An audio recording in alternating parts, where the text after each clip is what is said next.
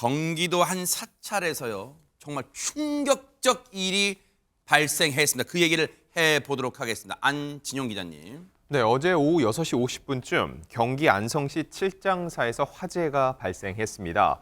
칠장산의 승려들이 묵는 사찰인 이 요사체에서 불이 났다는 신고가 접수됐는데 네. 이 신고 접수 직후 소방대원 등 60여 명이 파견됐고 펌프차 등 무려 장비 18대를 동원해 3시간 만인 오후 9시 40분쯤 불을 완전히 진화할 수 있었습니다. 네. 그런데 이 요사체 내부에서 스님의 시신 한 구가 발견된 겁니다. 어머나. 그런데 화재가 완전히 진화되기 전부터 자승 스님이 입적했다는 소문이 돌기 시작했다는 건데요. 실제로 조계종은 이날 오후 11시쯤 자승 스님이 입적했다고 공식적으로 발표했습니다. 허허.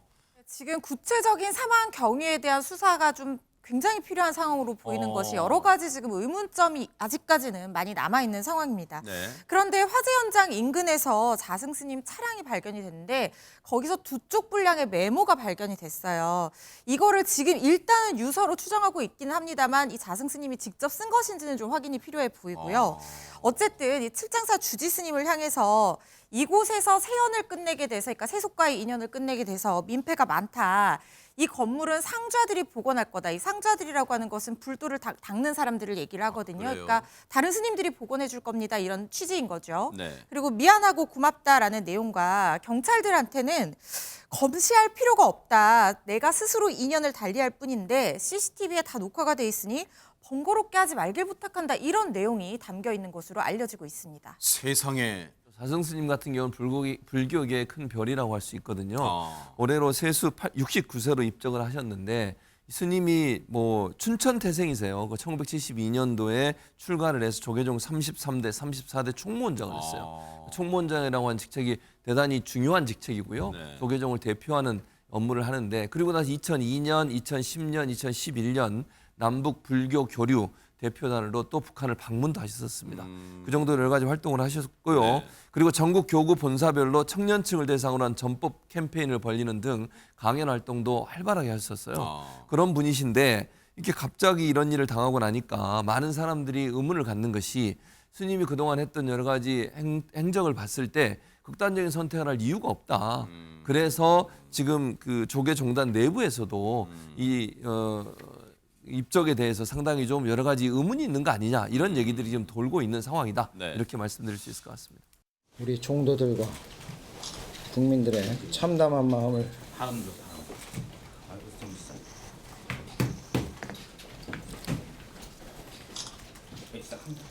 가누지 못하며 해봉당 자승태조사 잠깐만요. 다시 하겠습니다.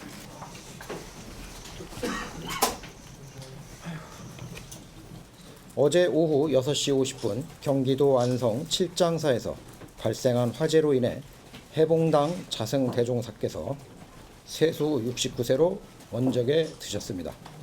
자승대종사께서는 종단의 안정과 전법 도생을 발언하면서 소신공양, 자화장을 하심으로써 모든 종도들에게 경각심을 남기셨습니다. 생전에 남긴 메시지가 있다 이런 얘기가 있어요. 유인경 평론가님. 네, 대한불교 조계종 측은요.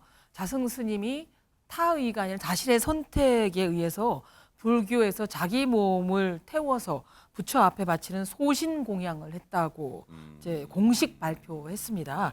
그리고 자승 스님이 남긴 열반송을 공개했거든요. 네. 열반송이란 거는 스님이 입적에 앞서서 수행을 통해 얻은 깨달음을 후인들에게 전달하기 위해서 남기는 말이나 글입니다. 제가 다시 한번 소개를 시켜드리자면 이런 열반송입니다. 생사가 없다 하나 생사가 없는 곳이 없구나. 더 이상 구할 것이 없으니 인연 또한 사라지는구나 라고 하는 이런 내용입니다. 조계종 측에서는 다음 달 3일까지 조계사에서 연결식을 진행할 예정이라고 또 밝혔습니다. 제일 중요한 대목은 더 이상 구할 것이 없다라는 부분이 됩니다. 우리가 이제 살아가는 것은 그것이 즐거움이 되었건 그것이 어떤 또 희생이 되었건 어떤 보람이 되었건 우리는 뭔가를 갖다 구하기 위해서 살아갑니다. 우리가 아무것도 구하지 않는 삶은 그때부터 의미가 없는 거지요. 그렇기 때문에 저 열반송을 작성할 당시에는 이제 내가 이 생에서 내가 구해야만 되는 모든 게 이 생에서 구해졌고 그 다음에 나의 마음은 그 다음 생으로 이어져야 된다는 부분이 아마 있었을 가능성이 있습니다. 네. 만약에 소신공양이 맞다는 전제 아래에요. 네. 아직까지는 뭐라고 확실하게 단언하기에도 좀 이른 상황 아닌가 그런 생각도 들어요. 어떻습니까? 네, 그래서 제가 아까 이제 수사가 좀 진행될 필요가 있다 이렇게 말씀을 드렸던 건데요. 일단 윤회를 믿는 승려가 자신 말고 다른 사람들이 불길에 희생될 수도 있는 그런 방법으로 이 극단적인 어떤 선택을 했다는 점에 대해서 사람들이 좀 의구심을 품을 수 있는 부분이 있다는 생각이 들고요. 네. 그리고 지금 이 법구라고 하죠. 스님의 시신이 많이 훼손이 돼서 DNA를 기존에 가지고 있는 물건과 대조 작업을 해서 신원을 확인할 정도로 많이 이제 훼손이 된 상태이기 때문에 정확한 사망 원인을 좀 밝혀봐야 되는 부분이 있다는 생각이 들어요. 네. 근데 그렇기 때문에 경찰이 지금 방화나 방화에 의한 살해 또 제3자가 개입해서 사고로 위장했을 가능성 이런 모든 가능성을 다 열어주고 수사 중인 상황이고요. 국정원도 나서서 어제 현장 점검을 실시를 그래요? 했는데요. 네. 경찰 수사와 별도로 혹시 이제 테러나 안보 위해 여부 이런 것들을 확인하기 위해서 같이 이제 나서서 수사를 진행을 했다고 합니다. 그런데 사찰 내 이 CCTV를 통해서 이 자승 스님의 마지막 행적이 확인이 됐다는 지금 소식이 들어왔는데요. 그래요? 그러니까 3시간 반쯤 전에 칠장사에 도착을 했다고 해요. 그리고 주지 스님과 얘기를 나누고 이제 요사체에 들어갔다고 합니다. 그리고 6시 36분쯤에 한번 문을 열고 다시 닫는 모습, 그다음에 플라스틱 통 2개를 들고 들어가는 모습이 확인이 됐고요. 6시 36분에 마지막으로 문을 열고 다시 닫은 이후에 43분쯤에 불길이 치솟았거든요.